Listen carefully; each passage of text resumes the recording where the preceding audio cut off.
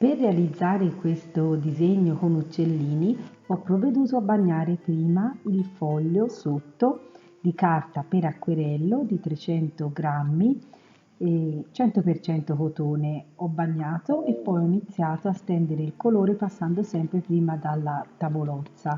Avevo fatto il disegno preparatorio sotto, stando attenta a tenere molto leggero il tratto affinché poi non rimangano a vista tutti i segni con la matita. Ho iniziato, una volta asciugato il cielo, a fare le foglie, i rami, dettagliando sempre più, partendo prima però con un tono medio e poi scurendo. Logicamente nell'acquerello vanno sempre salvaguardati i bianchi, i chiari, e quindi sono stata attenta a mantenere i chiari della carta sotto.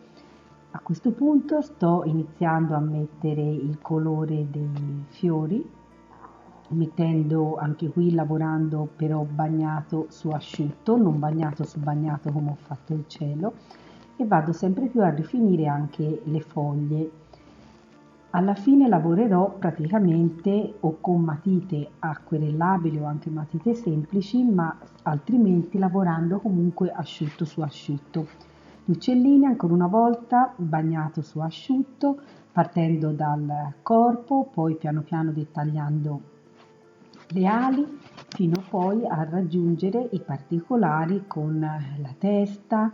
Poi andrò a dettagliare sempre di più il volto con il becco, e poi a secco farò proprio quelle che sono le zampine e tutti i dettagli più minuti, lavorando sempre asciutto, questa volta su asciutto, usando l'acquerello tipo una tempera.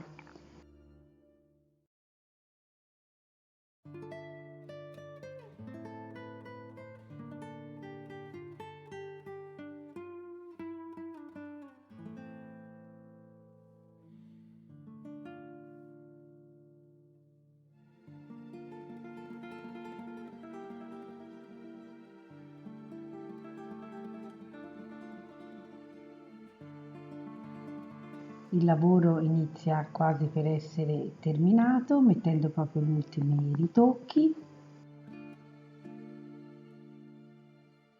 Poi si può prendere effettivamente anche una matita per fare anche le cose veramente più sottili.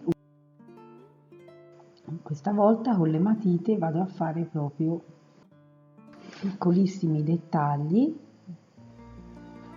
per marcare ancora di più i chiari e gli scuri.